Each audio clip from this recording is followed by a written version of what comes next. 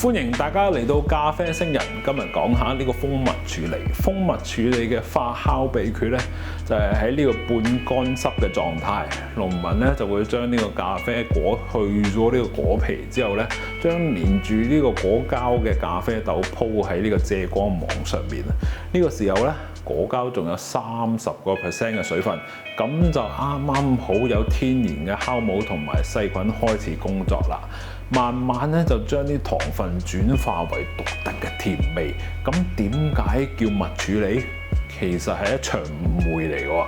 西班牙文入面嘅 miel 咧解作蜂蜜式嘅果膠，但係啲人直接譯做呢個 honey，搞到咧全世界都以為加咗蜜糖。靜雞話你知啊，哥斯達黎加嘅農民咧會用呢個遮光網控制嘅係呢個日曬嘅速度，平衡咗呢個甜度同埋酸度。再考下大家，白蜜定係呢個黑蜜甜度高啲？答案係黑蜜啊！果膠流得多，甜度似焦糖。